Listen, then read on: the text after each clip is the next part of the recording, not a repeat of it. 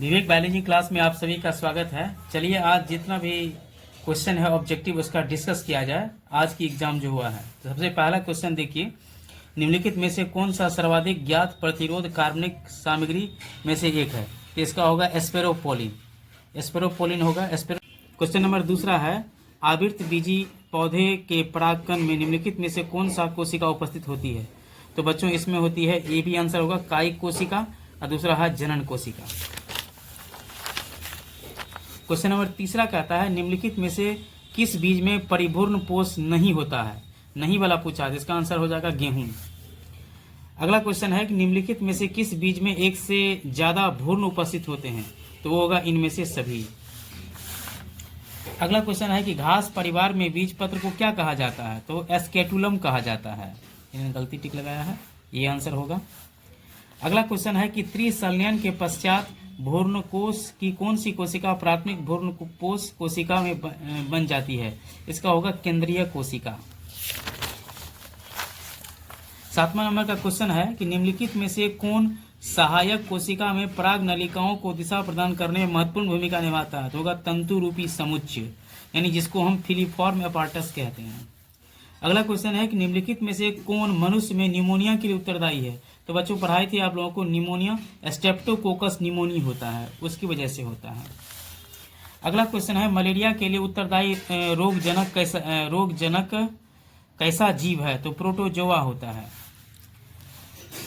निम्नलिखित में से कौन बीमारियां कीट रोगवाहकों द्वारा संचारित होती है? तो बी और सी आंसर होगा इसका, यानी मलेरिया भी होगा और दूसरा क्या होगा, फाइलेरिया भी होगा।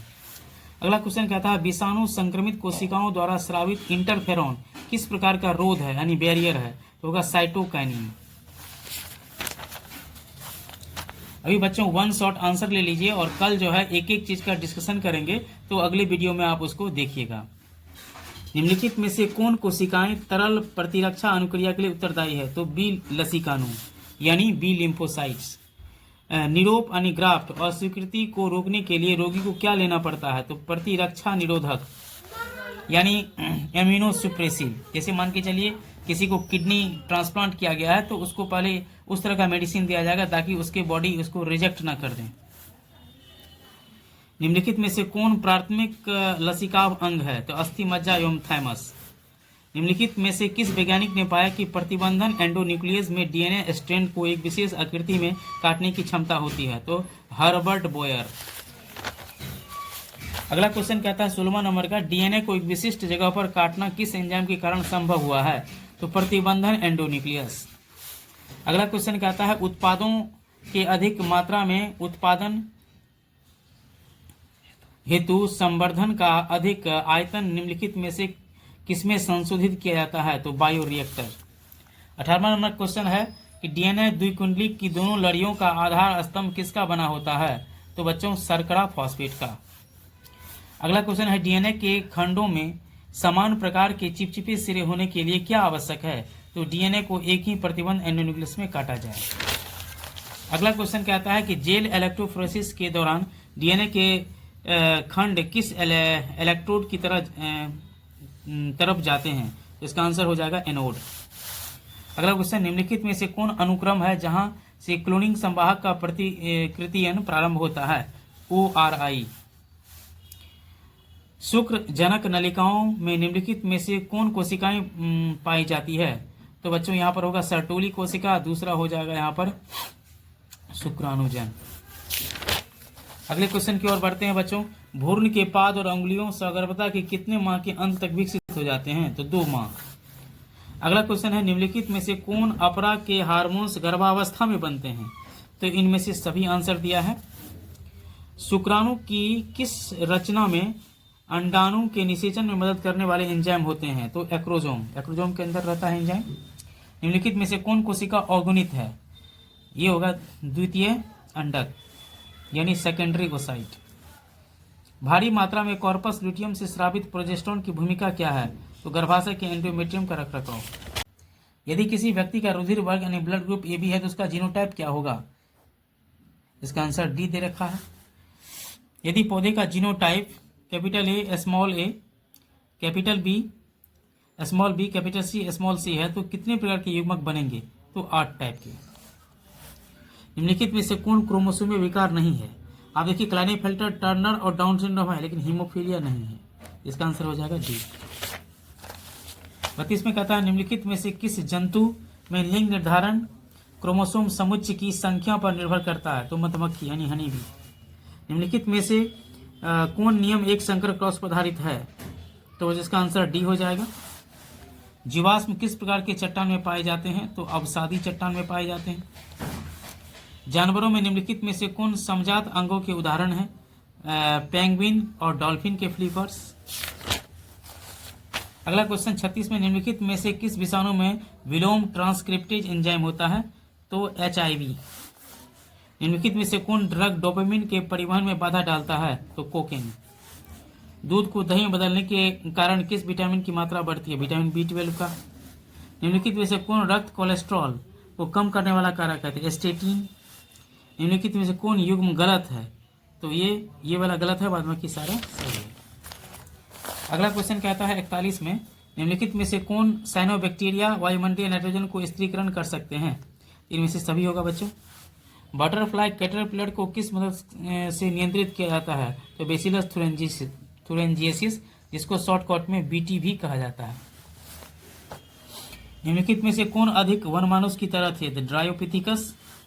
निम्नलिखित में से किस एंजाइम के कारण लैक्टोज जीवाणु कोशिका में प्रवेश करता है? तो परमीज। अगला क्वेश्चन की ओर रुख करते हैं बच्चों। किसने बताया कि द्विकुंडली DNA में प्यूरिन नाइट्रोजनी क्षार के योग पैरामिडीन नाइट्रोजनी क्षार के योग के बराबर होता है? तो इसमें होगा चारगप्स का नियम। एक चारगप्स रूल होता है जो बाद में समझाएंगे आपको, अभी सिर्फ टिक लिखाते चलिए। एक प्रारूपी न्यूक्लियोसोम डैश का बना होता है बच्चों? तो A और B आंसर होगा, यानी DNA के 20 क्षार युग्म और हिस्टोन अष्टक को, जिसको हम हिस्टोन ऑक्टामर कहते हैं। ये भी समझाए थे क्लास में। हर्षे एवं चेस ने अपने प्रयोगों के आधार पर क्या बताया? तो विषाणु से ही DNA निकलकर जीवाणु में प्रवेश करते हैं। अव्यक्तवेक का अलग होना और व्यक्तिगत का आपस में जुड़ना क्या कहलाता है? तो संबंधन। यानी what is the process of removal of introns and the mutual joining of the exons called? तो क्या कहलाएगा? संबंधन, जिसको हम स्प्लाइसिंग कहते हैं। 49 में कहता है निम्नलिखित में से कौन सा कथन अनुवांशिक कोड के बारे में गलत है? तो गलत ये वाला डी आंसर होगा। अपघटन के लिए कच्चे पदार्थ को क्या कहते हैं? अपरद कहा जाता है। द्वितीय उपभोक्ताओं को क्या कहते हैं? प्राथमिक मांसभक्षी। मृत कार्बनिक सामग्री या अपरदों के खंडन द्वारा ऊर्जा एवं पोषण प्राप्त करने वाले को क्या कहते हैं? तो इसमें कहते हैं अपरदहारी। निम्नलिखित में से कौन ऑफ्रिस का परागणीय अभिकर्मक है? तो बर को अंग्रेजी में वास्प कहते हैं। निम्नलिखित में से कौन प्रक्रम जनसंख्या घनत्व घटाता है? तो बच्चों इसका आंसर डी हो जाएगा। निम्नलिखित में से किसके प्रयोग से ऑस्ट्रेलिया में लाए गए नागफनी को नियंत्रित किया गया? तो सलभ यानी मौत। लाइकेन किसका उदाहरण है? तो सहोपकारिता का, इसको अंग्रेजी में म्यूचुअलिज्म कहते हैं। DNA कोशिका झिल्ली से होकर नहीं गुजर सकता क्योंकि DNA डैश अणु है, तो हाइड्रोफिलिक अणु है। PCR यानी पॉलीमर चेन रिएक्शन के प्रयोग किया जाने वाला ताप अस्थायी DNA पॉलीमरेज किस जीवाणु से पृथक किया जाता है? तो यू बैक्टीरिया। अब क्वेश्चन नंबर अगला करते हैं। BT यानी बैसिलस थ्रोएंसिस जीव विष प्रोटीन में क्यों बैसिलस को नहीं मारता है? तो BT जीव विष प्रोटीन एक निष्क्रिय पराग जीव विष के रूप में होता है। अगला क्वेश्चन, सूत्रकृमि मेलवा डेगाइन इनकोग्निसिया से तंबाकू के पौधे को संक्रमित होने से रोकने हेतु किस तकनीक का उपयोग किया जाता है? तो RNA अंतरक्षेप यानी RNA इंटरफेरेंस। कहता है जीन चिकित्सा का पहला प्रयोग निम्नलिखित में से किस एंजाइम की कमी को दूर करने के लिए किया गया था? तो एक अमेरिकन कंपनी ने 1997 में भारतीय बासमती चावल के किस किस्म से संकरण कराकर एक नई बासमती किस्म पर एक अधिकार प्राप्त कर लिया था, यानी पेटेंट करवा लिया था? तो इंडिका चावल था। अगला क्वेश्चन चलते हैं बच्चों। कौन मानव प्रोटीन प्रथम पारजीवी गाय यानी रोजी के दूध में मिलता है? तो अल्फा लैक्ट एल्बुमिन। संसार में कुल कितने महाविविध देश हैं? तो 17 बच्चों हैं। कहता है किस क्षेत्र में बार बार हिमनद होने के कारण जातीय विकास एवं विविधता के लिए कम समय मिला। तो शीतोष्ण क्षेत्र। किसे पृथ्वी का फेफड़ा कहते हैं? तो अमेजन का वर्षावन, क्योंकि मैक्सिमम एनर्जी करिए इसको कहते हैं।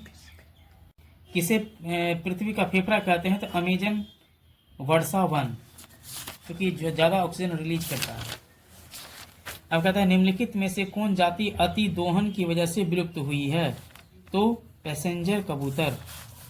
मनुष्य को प्रकृति से प्रत्यक्ष रूप से अनगिनत आर्थिक लाभ का मिलना जैव विविधता के संरक्षण के लिए डैश तर्क है।